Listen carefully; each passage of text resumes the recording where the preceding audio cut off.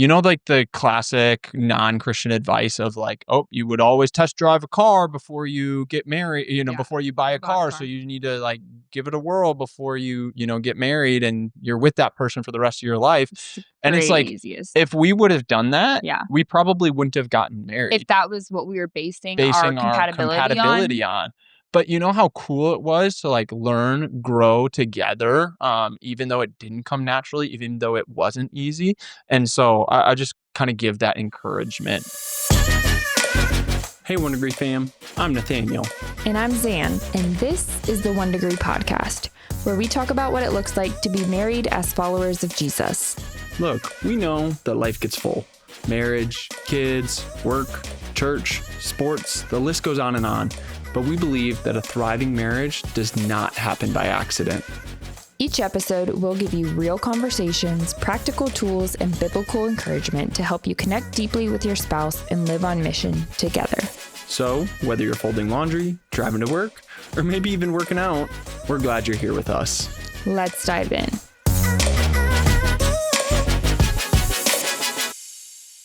What is up, 1 Degree fam? What is up, fam? Welcome back to the comfy, cozy, virtual leather couch. Do you think we'll ever get a leather couch? I don't know. That is real. It's funny that you asked that question. I was going to say, if you're new here, you might be wondering, okay, what the virtual, comfy, cozy leather couch? What exactly is that? Well, I too am wondering, actually. No. Well, just the comfy, cozy virtual couch, because we want this to feel like a conversation that you'd be having sitting on the couch with us. It's just a normal, everyday conversation.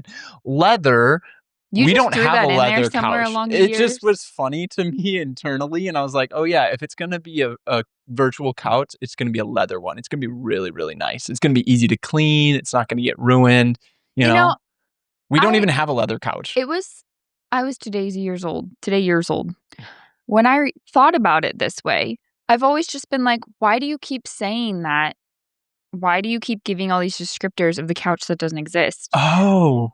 But like, I didn't think of it of like, it can be whatever we want it to be if it's not real. I was like, why do you keep doubling down on the fact it's leather? Because we're in chairs. Yeah, but in my mind, if someone is joining us for this conversation, we're sitting on this big, comfy, cozy leather couch. I've kind of just let you have it for years. And you didn't even know. And I was just like, whatever, he's going to say it every time. But I am finally kind of understanding it in that way. That's really, really funny. There was something else I was going to say. Oh, as it was doing the like 5, 4, 3, 2, 1 countdown, I was thinking about this message that I recently got on Instagram. And it was very kindly worded, but they were like, hey, if you don't mind me asking, like, please don't be offended, but why in your podcast are you guys in separate rooms? And I immediately understood why that was being... In the podcast? Yeah. Because when I put the podcast on Instagram, it is stacked. You on top, me on bottom, or like cutting between us. We are never side by side because that's not the aspect ratio. Yeah. And so I'm like, yeah, actually, we're about an inch apart. Our elbows are touching at all times. See?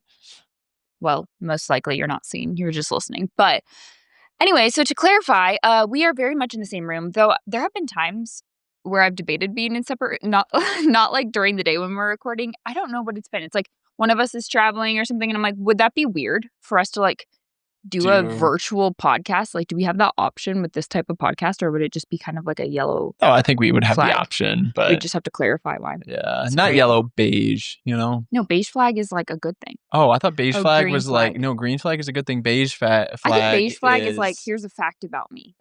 A neutral fact. It's like neutral. That's what I'm saying. It's not positive. It's not negative. It's beige. Okay. Yeah.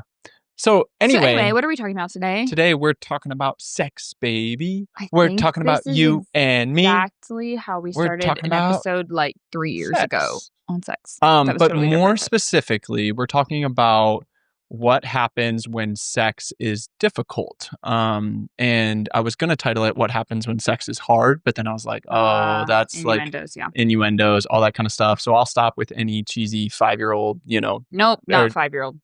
It'd be like a 12-year-old boy. Or yeah, like a 12-year-old boy. Like 16-year-old boy. I guess. Yeah. The immature not a jokes. 5-year-old. Yes, that's so fair. Yes. Just hopefully not, or we have bigger problems. Okay. But specifically when sex is difficult, because this is deeply personal, I would say, at least for us, because early on in our marriage, I would say the first 3 years or so, 2. at least 2, I would first say couple till, like, years. Verity was born. Yeah, which was 3 2. years in, right? Was it? Yeah, because Emery was almost 2 years in, and then Verity was 3. It's all a blur. Yeah, but so I would say until Verity was born, which would be 3 years of our marriage, this was the case where it was just very difficult for I would just us. say, like, more of a point of tension and then, like yeah, I mean, Yeah, I felt hers, like, mine. honestly, if I'm being honest, is it felt more like a burden than a gift, like sex did, just because. Yeah, it was like an elephant in the room type of situation, Yeah, it and felt we would like. have conversations about it, but it was just really difficult, and we'll go into that in a second.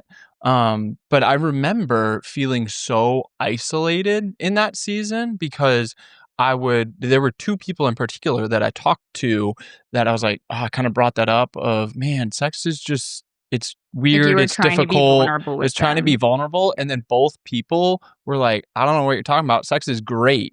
And so I just felt like, "No, but It's crazy. Honestly, I thinking about it, I'm like, I mean, even if you don't have the words to say it, those are not no, I know, and I'm very much, like, simplifying, but that's essentially yeah. the response of, like, "Oh, sorry, I can't help you, sex is great," like, and I was like, "Man, this really stinks," and I was like, "What am I doing wrong? Why is it so hard? Why is it a challenge? This is supposed to be a gift from God, but it feels like a burden."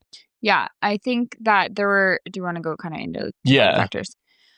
First of all, I will say, I feel like we've resisted talking well, I personally have resisted talking about this. Anytime he brings it up, this is one of our most requested topics. I'm always like, anything else?" Because I'm just like, if you're listening to this and you're related to us, no, you're not. You're just not listening. Pretend you're not. That's my biggest hurdle is, like, it just feels weird, like, I wouldn't talk about this at the Thanksgiving table, but, like, there's a good chance that people that are at the Thanksgiving table would be listening to this. But you know Mhm. what? I will say I'm very at the same time, very open to talk about these things with, like, people other married couples who are Yeah. in the same season of life. So I'm like, "Okay, well, that's who our podcast is designed to serve, so that's who I should be Yep. speaking to." Anyway, so I will say this has kind of taken my, I've had to humble myself in order to talk about this, but that's my caveat. As far as it being, like, being a burden, I think there's a lot of factors at play. I think I was the problem. I mean, it wasn't you. It wasn't like this, like Well, yeah, but it wasn't I just, would like, unmatched sex drives. It wasn't like you had a lower Oh, yeah, sex yeah, yeah. drive, I had a higher sex drive. How do we, Yeah, I think balance that? it was just generally uncomfortable for me, like, physically, Mhm.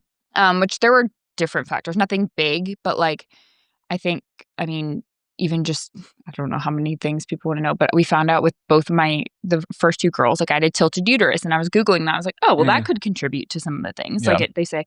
But also, I think most of it was that I could not relax because I wasn't raised in, like, hardcore purity culture. Like, I've read books about purity culture, and I was like, "Oh, I didn't go to a youth group where they're peeling off the Crumpling the rose rose, and yeah. saying you're damaged good." Like, I never had any of that really toxic rhetoric by any means. I think a lot of it was self-inflicted because I grew up for myself wanting to be the good girl in everything. Like, I set my own rules and moral compass as far not that they weren't also like, my parents had standards, but, like, Mhm. for myself, I always wanted to be perceived and not just perceived, like, it wasn't like I was hiding things, like, I wanted to do things to be respected and seen as good and Mhm. seen as and that there's a lot there, like, that penetrated wow, here we go. That permeated other areas of life as well. Is it I feel like we've had an episode like this and those kind of things If kept coming you up. would have had a bingo card of who unintentionally made a sex joke, I would not have guessed it was you. I did yeah, unintentional is the keyword there. But I I think for me, it was one of those, like, I never not it wasn't that hard to just not before marriage because it was, like, a very clear, You "I were will not." Like, Yeah, it you just were just literally will simply not of, like, I remember you talking about it and you were like, before marriage, "Oh, I'm just never gonna take my clothes off." Like, it's not that hard, just don't take your well, I was clothes like, I off. don't understand. This is me in general. Like, if you Yeah, know me, you're like, "Okay, Zan's just being Zan right yeah, now." But in general, I'm like, I don't understand where people are like, "I'm so tempted." I'm like, "It's not that hard. Just simply don't remove your clothing." yeah. Like, that was my mentality. But I mean, not to say like there was desire. It's not like I was Yes, no, immune yeah, to yeah. that, but it was just like, okay, I don't feel like I'm ever gonna get in this place where like having sex before marriage because there are a lot, like, it doesn't just happen. Like, you gotta, whatever. But like I said, there's always more there. But I think that mentality and just for so long having this discipline around it, like, I viewed it as, well, I just won't. And that is because I didn't ever have that rhetoric either of like sex is bad.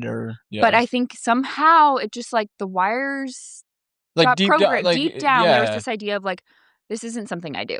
Yeah. And so switching into like, oh, I'm married now and this is a gift and this is something I can do freely and this is something I'm supposed to enjoy and be relaxed. And like, it just didn't work like that for me at all. Like, I could not just switch programming for a long time. And so I think most of the uncomfortable aspect was like, well, biologically, if you're tense, it's going to be more painful. Like, it's just like birth. If you're freaking out about birthing a baby, not to get into that, but I'm really passionate about that too.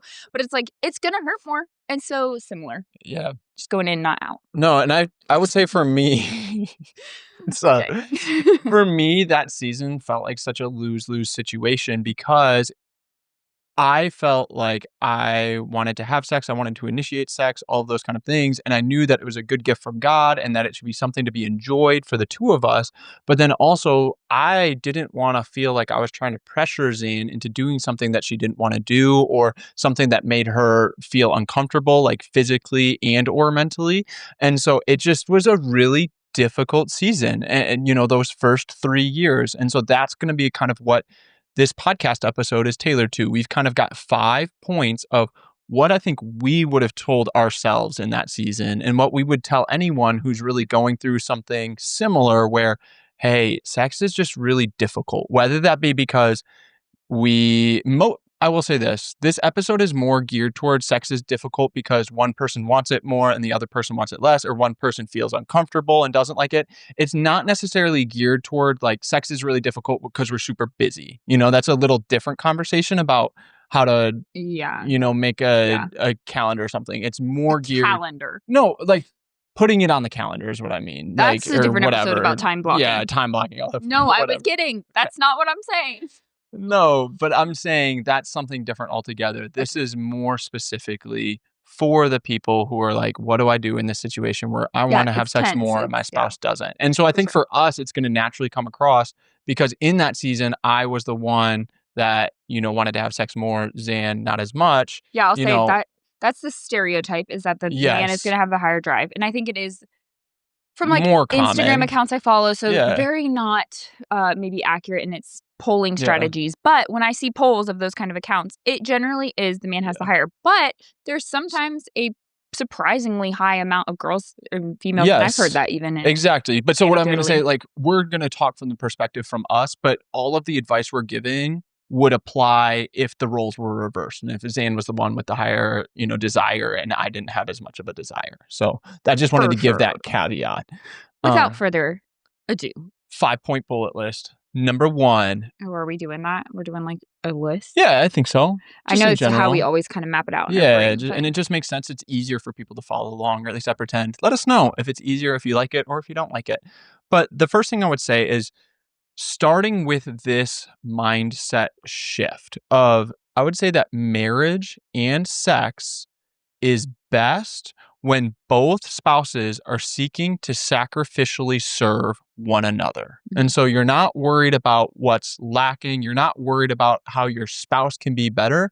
You are more concerned with how can I sacrificially serve my spouse. And I think that's the heart you should have. And that's the posture that you should try to take. And I think that I love this aspect of scripture because humans in general, we are so tempted to look at others and think about how others can be better of, oh, if only my boss was better, or if only my spouse was better, or if only, you know, X, Y, and Z. We're always looking outward, whereas scripture challenges us to start by looking inward. And you see that all throughout scripture. You see it with, you know, why do you see the speck in your brother's eye? Take out the log in your own eye first, then you'll be able to see more clearly to take out the speck in your brother's eye.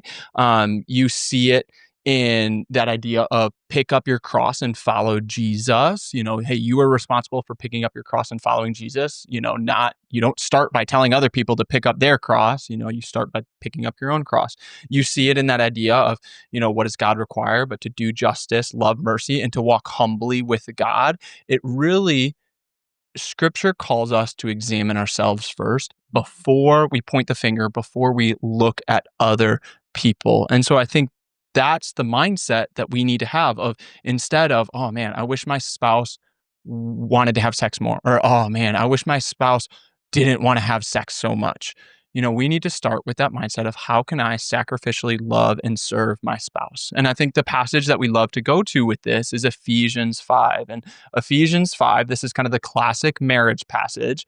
I pull out my massive ESV study Bible over here. We've referenced it maybe in the last 3 episodes yes, straight. but no, I love it because it's this idea of Ephesians 5, starting in 22.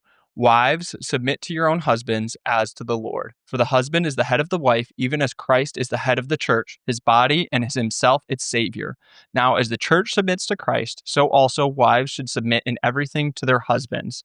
Husbands, love your wives as Christ loved the church and gave himself up for her, that he might sanctify her, having cleansed her by the washing of water with the word, so that he might present the church to himself in splendor, without spot or wrinkle or any such thing, that she might be holy and without blemish. In the same way, husbands should love their wives as their own bodies. He who loves his wife loves himself. Mm-hmm. And I think, again, what we see there, husbands, and I'll speak from the perspective of the husbands, and I brought this up in prior episodes. It's one of my biggest tangents, rants, everything. I'm so passionate about this. Husbands are not called to make their wives submit to them. Husbands are called to love their wives like Christ loved the church. And that is such a high calling. I think so often in marriage circles, we focus on submission. And yes, submission's in Scripture. We need to talk about it, all that kind of stuff. But we should really be focusing and talking about, man, husbands are called to emulate Christ in everything they do. And what did Christ do? Christ, how did he lead? He washed his disciples' feet. What was his purpose? He came to live a perfect life, die the death that his creation deserved, and then to rise from the dead so that the people that spurned him, rejected him, spit on him, crucified him, could be reconciled to God. And that's the kind of love, that's the kind of sacrificial servant leadership that husbands are called to emulate. And so before we get into that whole of, what does submission mean, all this kind of stuff, husbands, or if you're someone if you're listening to this and you're a husband, that should be your focus. That should be your emphasis. That should be the first heart check of, am I loving my wife like Christ loved the church, giving myself up for her? Yeah, I could go on, but you get the point. Ending, yeah. Yeah. No, I didn't know. Am I still going on? I thought you were going to interject. It looks like you would wanted to say something there. I was yeah, and so that's the perspective of the husbands, and obviously wives, their call is to submit to their husbands.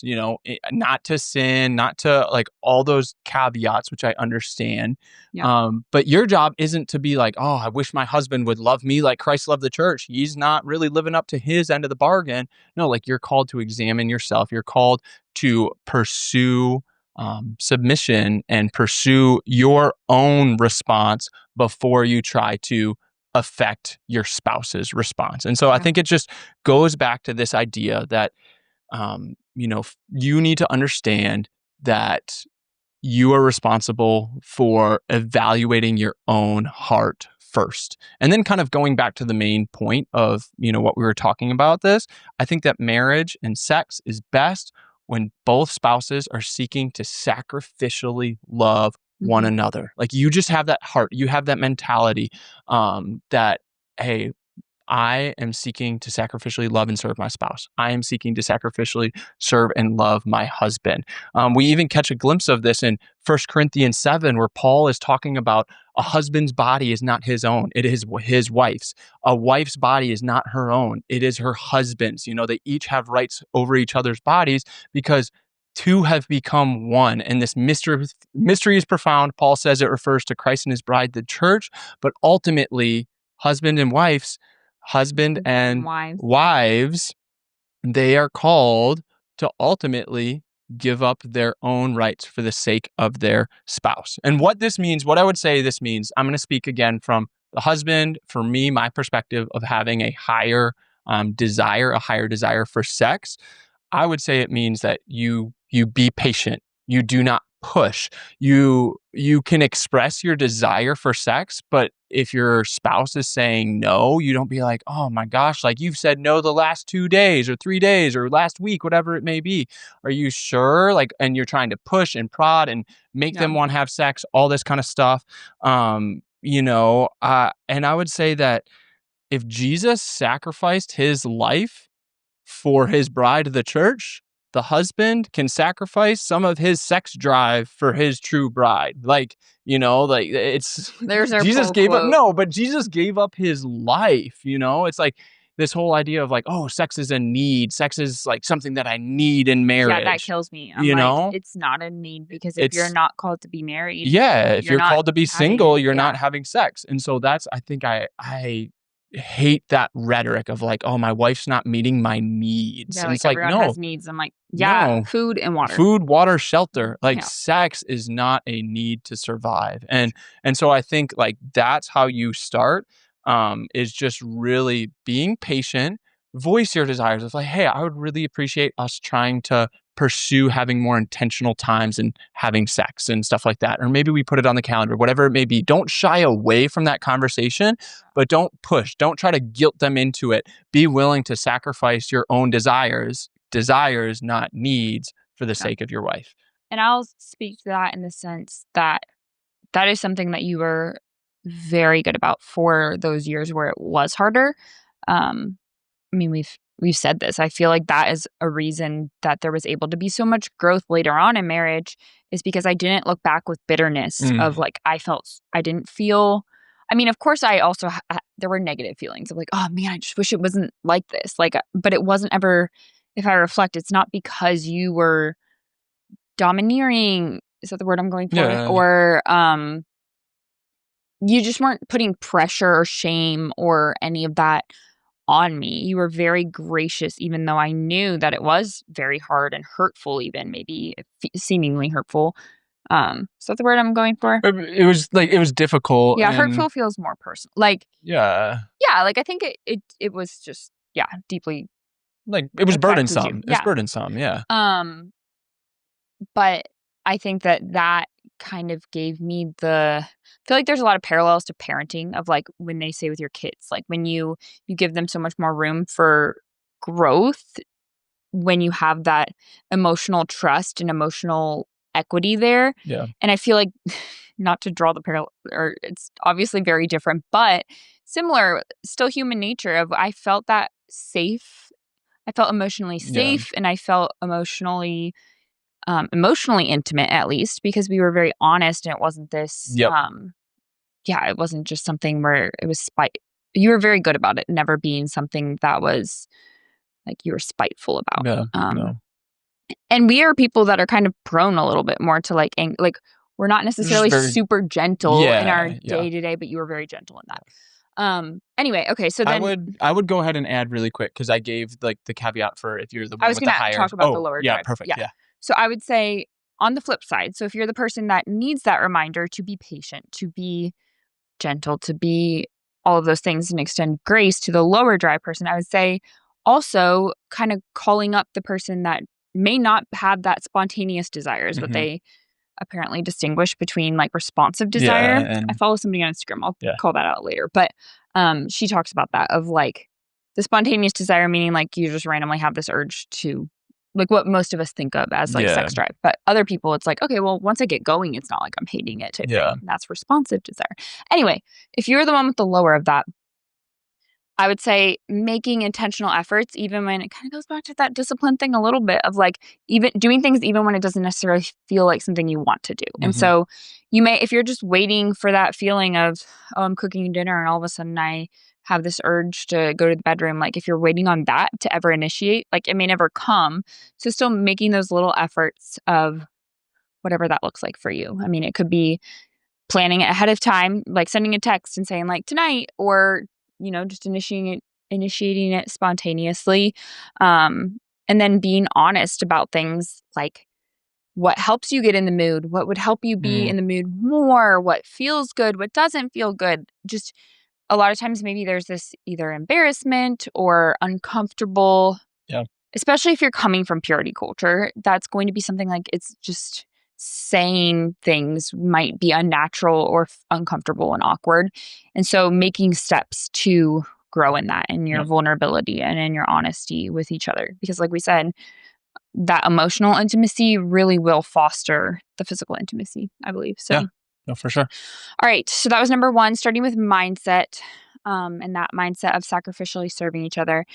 Number two, remembering that sex is a gift from God for married couples, and it's meant to be pleasurable for both people. If you think about it, if sex is just for procreation, there's no reason that it needs to feel good. There's no reason that we would have to. We have body parts that are purely there for it to be pleasurable. Well, yeah, they talk about that, especially with females, of like, because the old rhetoric, granted, this isn't common today, but back in like 1700s, 1800s, that old rhetoric of like, it's primarily for the man. And I think it's the biggest thing to counteract that rhetoric of females have a part that is like purely the only known reason for it is to bring pleasure during sex, And so it's not just meant to be pleasurable for the man. It's meant to be pleasurable for both.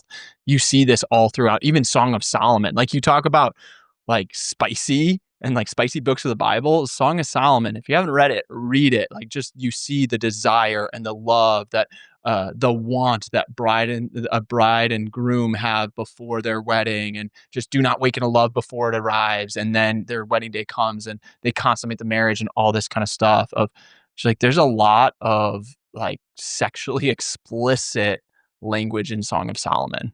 Yeah, and it would probably be a whole nother episode to talk about the effects of purity culture and all of those, the theology of feeling like damaged goods or being damaged goods, or like you said, sex only being for the husband and needing to meet. There's so much there that if you were affected by that, we can't even go. One, I can't speak to personally because, like I said, I was not in a youth group where we were smashing roses and drawing comparisons to females in the group. But speaking of that, a lot of times we did grow up, especially if you grew up in Christian culture, thinking with some subconscious rhetoric that sex was bad or sex was something that you weren't supposed to do before marriage, but even maybe it was just something that wasn't even expressed in a negative or in a positive light in the context of marriage. And it just maybe there were good intentions with that of like not talking about it, but I think there's so much that we can learn from that and do differently with the next generation.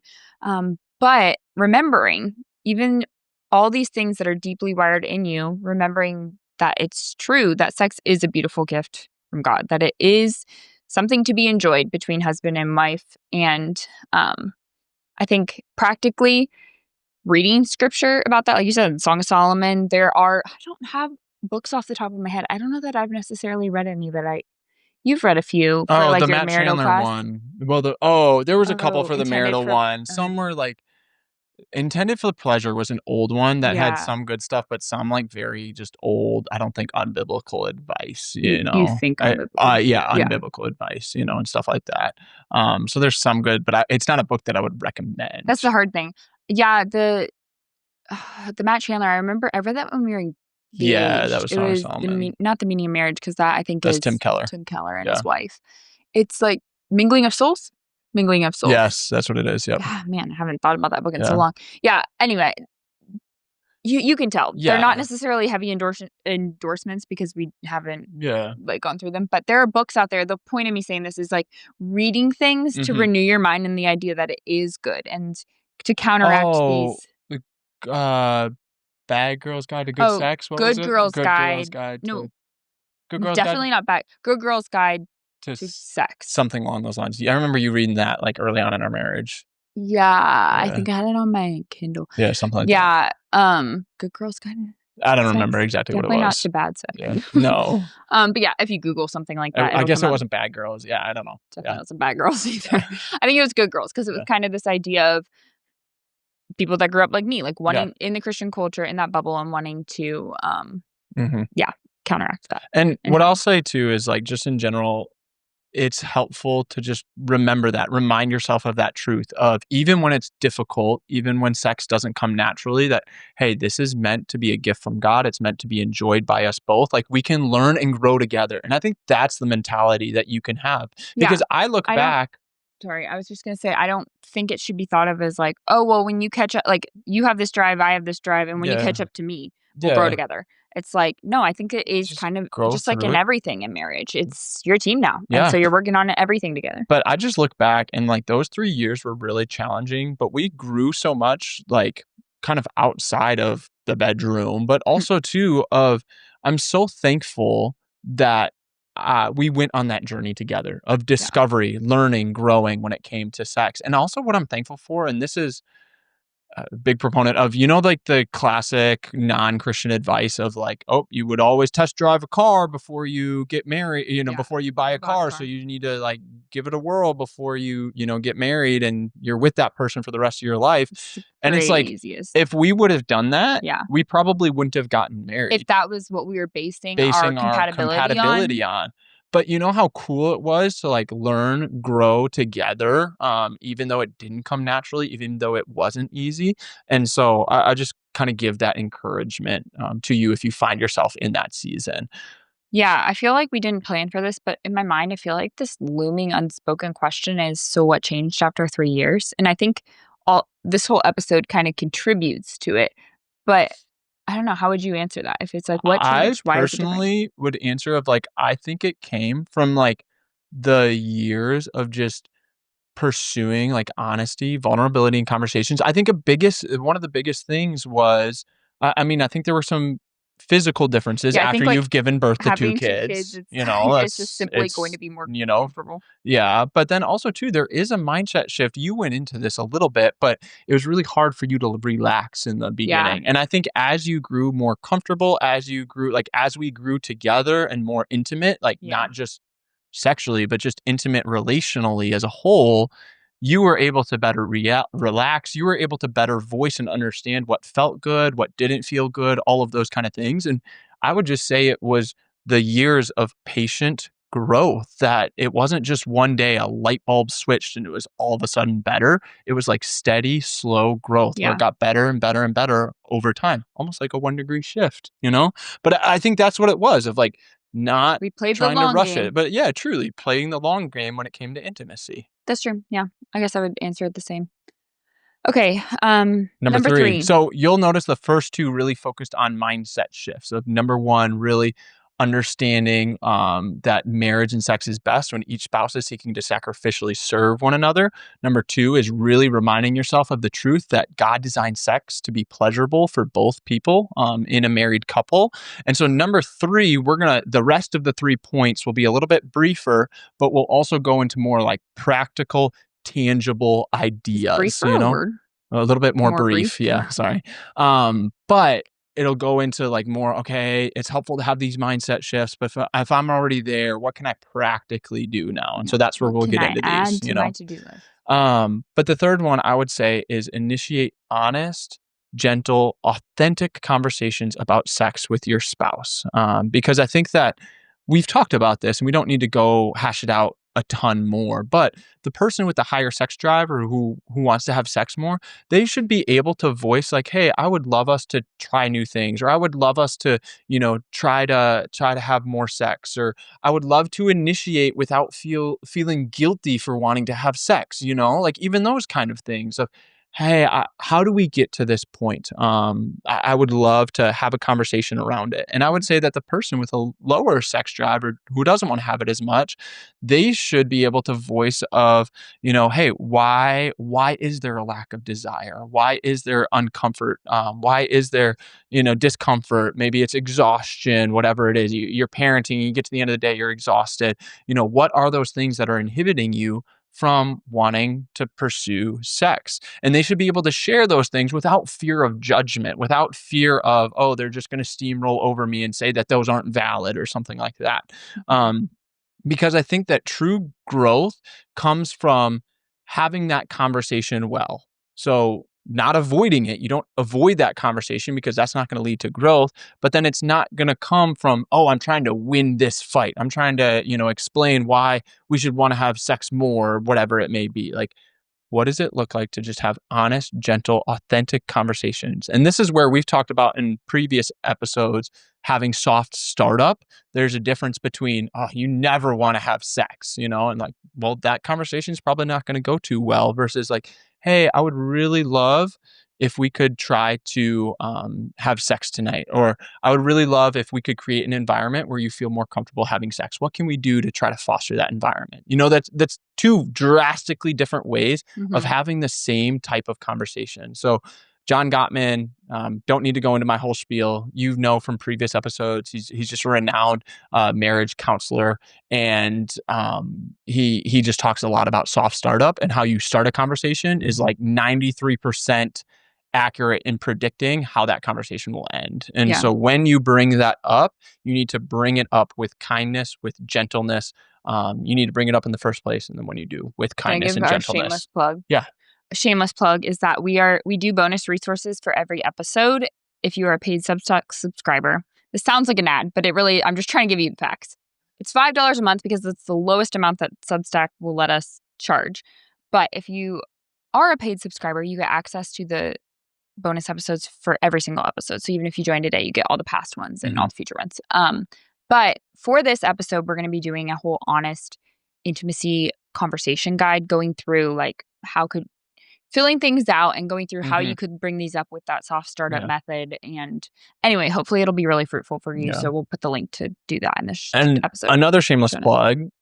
This is where it goes. Having conversations like this might feel awkward. Like, how do I bring this up? Like, this just feels like a weird thing to, I want to have more sex. Like, if you're in that season where sex is difficult and, Yeah, or even just like when it's tense, it feels like, how do I bring this up? Yeah, how do I bring it up? Or just like you're bracing for what might come next. And so what I would say is this can happen so naturally and happen best in a weekly marriage meeting. So if you've gotten our free template, this is a question that we ask every single week. And you'll know from, if you've listened to us before, that if we can point to one thing as one of the most transformative disciplines or habits that we've had in our marriage that have helped us grow, it is our weekly marriage meeting. And so it's just a regular time of connecting. We go through a list of questions where we evaluate, spiritual, how was our time in the Word and prayer? What was our high-low buffalo of the week? That's not spiritual, but I'm just like, spiritual, non-spiritual. We go through, how did I serve you well? How can I serve you best this coming week? And then in there's a question, how was intimacy? Physical intimacy, emotional intimacy, but just in general, like, is there anything we would like to grow in? Is there anything that worked well, that didn't work well? All of those kind of things. But why I'm bringing this up, it is so like it removes any barriers to having the conversation. If you have a regular touch point where you're going to talk about sex, you don't have to try to come up with a way of like, how do I bring up this conversation in a way that isn't weird or awkward or get shut down or anything like that. On a weekly basis, we have a meeting where that's just one of the questions. We go through a whole list of questions, and this is one of the ones that we go through. And it removes that burden of asking that question. And while we're on our commercial break, we're also coming out with our weekly marriage. Guys, I'm sorry. This is really sounding like a commercial break. We were not meant to. This is a joke. I'm joking, but also not, because it is true. Yeah. That the format that we've used for 5-6 years now of doing our weekly marriage meeting, and we've kind of honed in the questions and exactly what we ask, but we do it every single Sunday. We took that format and put it in a journal where every week has a spread, and it has the questions, and you put your check mark when you've gone through it. You can write some stuff down. Anyway, we made it a journal. It goes through our mission statement, core and values, rating. There's so much more. There is so much more. And the reason we get really passionate and it feels like we never stop talking about it is because everything that we talk about on this podcast, whether it is sex or it's serving each other or whatever element of intentionality in marriage, just overall. Yeah, or disciplines in life with like fitness and those kind of things. We talk about those things, and they all really do come from our weekly marriage meeting, or just find a common ground in our weekly marriage meeting, because that's where we're talking about those things. So the reason we made it into a physical journal is because I personally feel like that is accountability piece of if you have this journal, you can tangibly see like, we did this week or we didn't do this week. We need to do this next week. And I think some people are just wired. Like everyone likes to check. You get a dopamine hit from checking the box and doing the things. And so I just think it's going to be a very helpful resource. It's coming out this month. Hopefully the day after Thanksgiving, maybe before, maybe after. This is about how we roll. But yeah. Anyway, back to your regular scheduled programming. It all is relevant, but it really did sound like this whole ad break. So going back, so just in general, point number 3, initiate gentle, honest, real conversations about sex. That's kind of one of the first practical steps that you can take. So it starts with that mindset shifts that we already talked about, and then initiating conversations. And then we just got 2 more really quick here. Yeah, we're going to be speedy because you've been listening for a long time. Number 4, pursuing outside counsel and resources. So it is important who your outside counsel is, just as that is true for everything. But I think especially when you're talking about marriage, it's a really big deal what counsel you get. And finding people that will point you back to scripture and that will point you to Christ. Yes. And so not just anyone on TikTok or the internet in general. And so finding trusted pastors, mentors, probably people who've gone a little bit before you in marriage, or at least seen solid Christian counselors. Yeah. Any of those people. I don't think we need to really go into what makes somebody a super, like a good, wise, trusted resource. But that can be a great resource for just growth biblically in general, in your marriage in general, but then also somebody that you feel that relational equity to be vulnerable and honest and have those harder conversations about like, hey, especially like somebody of the same gender that can speak to, hey, when you're newlywed, this is a common struggle, physically or not. I think it would have been really helpful because that's the one thing I didn't really have early on when we were going through that season. It would have been so helpful for me to have someone that I could have talked to that could have been like, oh, I understand. Like, this is normal. This isn't, you're doing something wrong. You're not doing something wrong. And I said this at the beginning of like how I resisted recording this episode. And I think that's ultimately what makes me be like, okay, you know what? Humble yourself and just have it, because we don't think that we're that for you. You know, like I want you to have somebody in real life who is having a dialogue with you, but it, I think, can help you just realize there are other people like that out there. And so they're in your neighborhoods too. You know, they're in your church community too. So those kind of outside resources as far as human relationships, but then there's also just lots of solid Christian resources. The beauty of social media and the internet is that you can become much more aware of what is out there, and there's just simply more out there because it's, you know, whatever, everyone's able to see it. And so we talked about the books a little bit. Maybe I will compile, we'll do like a little bit more research and go back in our brains and our bookshelves and figure out, here are some books, and I'll link really those solid. In the but there are so many really solid books out there. There are so many solid books. Websites. An account I follow, I talked about this a little bit earlier. I think it's Christian Sex Educator. I don't have my phone on me right now, but on Instagram, her name's Carly. It's just another example of like, she is out there. She, I think, has a degree in something to do with either sex or marriage, and has a lot of times polls and daily questions. And I think it's what I was saying with the polling of seeing different drives and those kind of things. It's sometimes just helpful to see that other people see what other people are saying from a community standpoint. And she also has like tips really and good stuff. Tips and resources. Mentionables Lingerie is one that you'll also see a lot of like Christian people, I feel like, associated with, because they do model-free lingerie. So like, again, if you're trying to practice intentionality, and so if maybe you're the lower drive person and you're trying to like take tangible steps to up in your game, you know, up in your desire a little bit, that's one. I mean, that's an easy way to try to add a little bit of spice or just intentionality. And so they're model free, meaning you can have your husband pick something out and they're not looking at a bunch of half naked people. So I think that's the whole heart behind that. They're great. And Intimately Us is an app that we've used for years on and off. It's not like we're using it every day for years, but you wish. Just kidding. No. It has like games and stuff. It's basically, I remember in the beginning of marriage, or at least whenever we first got it, it was very helpful for like, because we didn't know what the heck we were doing. I knew basic how it works, but it's like, I don't know what it means without like weird stuff that you hear. You don't want to just Google these weird, and I was very Yeah, very against, like, just looking things up because that's a whole who knows what you'd come across.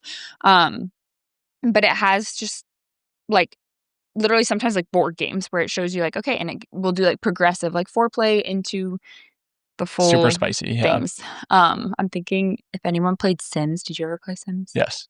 Where you would do, like, make out, woohoo, make a baby, like, Uh-oh. the different levels, Yeah. depending on how Yeah. you wanted to adjust their meter. So weird. Anyway, so Intimately Us is a good app, and is it Christian? I think I can't remember. it maybe isn't overtly, but it's, like, very much has Yeah, like, your not husband crude and or wife, like, it's crass, yeah. spouse 1, spouse 2. It's not, like, trying to there are apps out there that are very much like sex games, but they're weird, first of all, because Yeah. I've heard about them from Yeah. people that aren't believers and are not encouraging, like, marital, Yeah, and so exactly, and I that's would why even we're say, like, one, for example, is the Adventure Challenge. You probably have been exposed to it, like, yeah, the the in Adventure Challenge bed. in bed one, and it's, like, nothing crazy terribly wrong with it, but it just didn't. We have that, and sometimes Yeah. you'll check them off, and it's like for me, it's like, this is kinda crossing the line of this is not this, like, sweet gift Yeah. for us, it's, like, trying to make it a little weird for me. Yeah. So you Yeah. just kinda find but that might not be the Yeah. case for someone else who's maybe just more adventurous in general in life. Yep. I'm pretty boring, so yeah, you'll find your things, but the point of even sharing this is definitely obviously not a comprehensive list of helpful Mhm. resources, it's just to shine light on things that we've used personally and just awareness that there are good, like, Christian or, at least Or just wholesome wholesome, even. there you go, Yeah. resources out there so you don't have to buy weird borderline pornographic resources to help Yeah. you. No, for sure. So that's number 4 is pursue outside counsel and pursue outside resources. Number 5, wrapping it up, I would say have a plan or, like, come up with a plan for, like, what sex can look like with you and your spouse. So this is taking step 3 of initiating conversation to the next level of, like, come up with a little bit of a game plan. And what I would say is tailor it to you and your spouse, not to conventional wisdom. Like, you're going to hear so much about, oh, you should be having sex X amount of times a week, 2 Mhm, or 3 times a week if you're in a healthy marriage or whatever it may be. And it's really easy to hear that and just fall into this comparison trap of, like, mhm. oh, yeah, we're not having that. Like, if only my spouse wanted it more or whatever it may be. Or, like, we are having it 3 times a week and they're still not satisfied, all this kind of stuff. Sex isn't meant to be like comparison to other people. It should be Mhm. tailored to you and your spouse. Yeah, I've And had friends in very healthy marriages where both of them are like, "Once a week and we're good." Like, that's yeah, anything else feels excessive, and then on the other end, some people are like, "That's crazy. That's bare minimum." So it's all yeah. about Like, what does it what look it like for for you. you and your spouse for you to, like, come together and be, like, intentionally pursuing growth when it comes to sex and intentionality when it comes to sex? And I would say just to even get your mind going. This isn't a comprehensive list, but just different things that we've done or we've seen or that we've heard when it comes to, like, you and your spouse talking about it, you and your spouse trying to grow in sex. So I've heard this, and this is again, just different ideas. Some of these we like more than others. We wouldn't necessarily endorse, every single one of these ideas, but it's just for you getting the ball rolling. Maybe you hear one and like, oh yeah, that's a really good idea. I'd love to try that. Or maybe we could bring that into our marriage or whatever it may be. So just that's the purpose of 'Kay, this what's your following list? list. The first one, I've heard this before and I don't necessarily agree with it, but I know other people that really do. Hmm, So it's this idea of in marriage, if one person rejects sex, they have to initiate within the next 48 hours of like, and it's mm. not like a hard and fast rule, but it's like, hey, if you're going To to me, reject that it feels one very, night, like, pressured. yeah, I agree. That That's sh why I don't yeah, love it. that's a no for But me. that is something of like if you come together and you're like, hey, you and your spouse are on board, and that helps us to be like, hey, I feel heard of that still gives them a 2-day window or whatever it New may be. window to yeah. No, but like, I get you know it. what I'm Everyone's saying? different. Everyone's different. And so if that works for you and your spouse, and it's like, okay, yeah, I would love to try that. And maybe it provides like growth for each of you. Mhm. And so that's one of them. Another one that I've heard before, I think I read this in a book, some sort of indicator that you want sex of like, I You think want sex. these I think it's no, just, but like, like an extra, like, yeah, initiator. an extra initiator, so it's not like you're verbalizing it or you're trying to seduce your spouse and then they just reject you. And so I think it was like they had these it wasn't dolls, that would be weird, but some That's sort of weird. not figurines, but something on the dresser. It was like something on the dresser. And if it was standing up, it didn't mean anything. But if it was laying down, that was an indicator that like, hey, tonight I would like to try to have sex. And it just kind of took the pressure off. And it was like, if the other person laid theirs down, it was like they were going to do that. In that adventure challenge in bed was like the first page of it was come up with a keyword. A keyword, like yeah. That you text each other. Yeah, text her like, yep. We have a keyword. That's weird to say. No, I'm just saying. Well, we did it for that challenge. Yeah, I know. Or an emoji. Yeah. But anyway, so like that's another one. Again, not necessarily full-hearted endorsing it, but it does take some of the pressure off of like, instead of trying to verbalize it and feeling rejected, that's just like another way to do it. Another one that I am personally a proponent of is scheduling sex. We don't do that. But I'm saying of like, if you find it hard to fit it in the schedule, if you find it hard to... If I got on my calendar and it said that, I'd be like... No, I'm not saying putting it on the calendar, but hey, like this day, like we're going to try to have sex. Saturday? Like, yeah, spicy Saturday. Are we getting to that? Yeah, in a second, I guess. But I would say that sometimes, like, especially for the person with a lower sex drive, it allows them to prepare for it. It allows them to be more intentional within it. Yeah, exactly. So like putting it on the calendar of like, hey, I would really appreciate this. That would be just like another thing you could do. Can I talk about Spicy Saturday? Yeah, you do Spicy Saturday. So the idea there, that's like something that we came up with, and it's not something that's necessarily every Saturday. If you're hanging out with us on a Saturday, I'm just giving that caveat. Hey, we'll leave y'all alone so you can have Spicy Saturday. So weird. This is friends the stuff are that listening makes to us right now. Want to listen to this. But it came from so often during the week. I am just so tired. Like I get, especially I work full time, but a lot of times I put in a good amount of those hours after the kids go to bed because I want to be mentally with them as much like if they're not independently playing, like I want to be mentally with them. And so I grind until there's more. Anyway, I'm working all out until I go to bed, pretty much, until my head hits the pillow. And when I get to that point, there's not much left in me to do more than like have a closed eye conversation. And so it came from like, even if we do have sex on those nights, it's just kind of boring, but like, I mean, good, but like, it's not adventurous by any means. Yeah. It's just like simple, go to bed. And that's great. But if you have any desire for like trying different things or like doing the app and like those things that take more than a little bit of a few minutes, I was like, this is just not going to happen post 8 p.m. for me. So Saturdays are our Sabbath and are just relaxed. And generally speaking, we just don't have scheduled activities. Again, if we are hanging out with you, there's room for flex here, but lots of flexibility. We'll have the girls will do quiet time, or the boy, I'm weirdly not saying youngest. Names. Our youngest will, I'm not weird about the names, but I'm being consistent here. So the youngest will then take a nap. And it's like, okay, that's our time where it's like we could take a nap, which is a Sabbath luxury that is glorious when it aligns that they're all in their rooms and we can just nap. But that's also a time where what we call Spicy Saturday, where like we said, you have the freedom to do the apps, to try new things, wear some lingerie, like all those kind of things. Where it's not the end of the day and you're just mentally more alert and relaxed and all those things. So I feel like that for us has been good because it's like at least we have that one day a week where it is just like more fun and intentional, and then it takes the pressure off of making that time during the busyness of the week. And so another reason we talk about the Sabbath so much, it is so important. Sabbath is for sex. No, but it's for delighting in it. I'm just saying, like, I'm trying to get at that. Having a day of the week. Yeah, I get what you're saying. A day of the week that is set apart, set aside to be relaxed. And it's like, okay, I'm not trying to entangle those. I'm just saying, like, I know what you're saying. Back to it, the Sabbath is so life-giving in every way. Yeah, for sure. So yeah, that was it. That's all we got for y'all. And again, that list is just certain ideas. Like take that. That's just to spark some ideas, spark a conversation. Take that and like what works for you in your marriage. Hey, what are some different things that we could implement that we could talk about for hey, what does sex look like for us? What does it look like for us to pursue growth in this and something that works in our marriage? So, sure. yeah.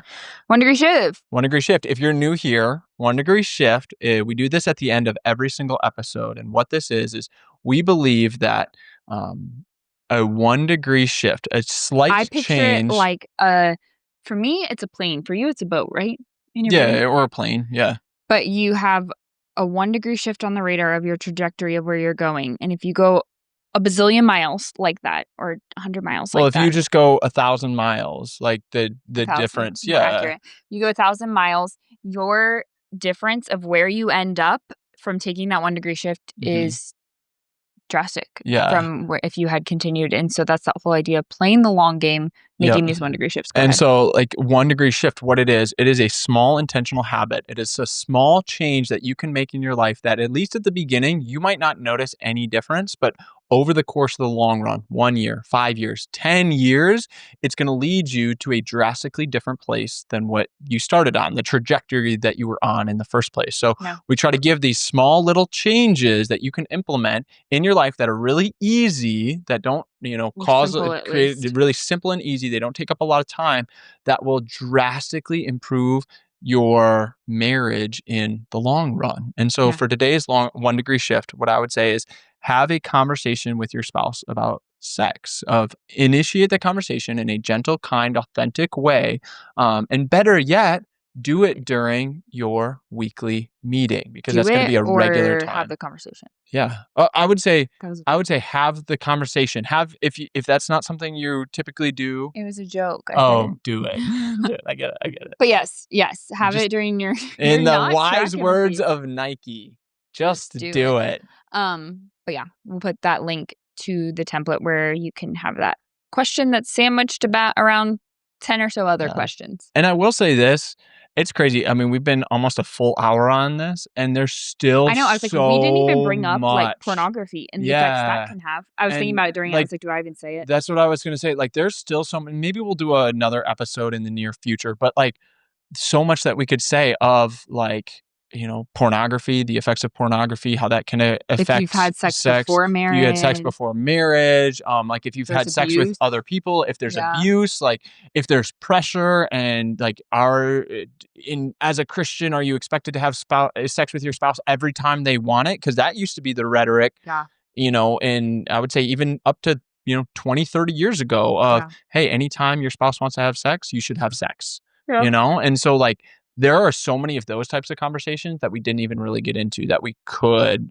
You could take another hour, but could. Yeah. I don't know. But we'll leave it there. Hopefully you found this helpful, and it's at least a really good start. And above all, if you find yourself in a season where sex is difficult, I hope you found this episode encouraging and giving you some practical steps. You find some solidarity. Yeah, exactly. And also, not to just tack this could have been a whole point, but pray about it and go to the Lord in it, because you are never alone, and you should find those people not in real life.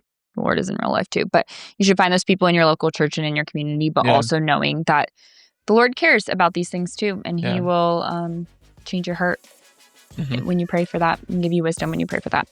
All right, catch you next week, 1 Degree fam. Love you, 1 Degree fam.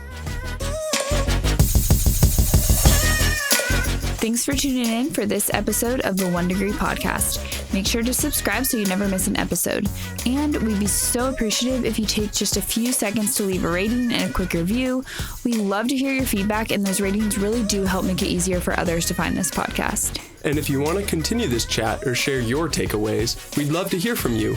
Head on over to our Instagram at the 1 Degree Podcast and leave a comment or send us a DM. We can't wait to hear from you. Catch you next week, 1 Degree fam.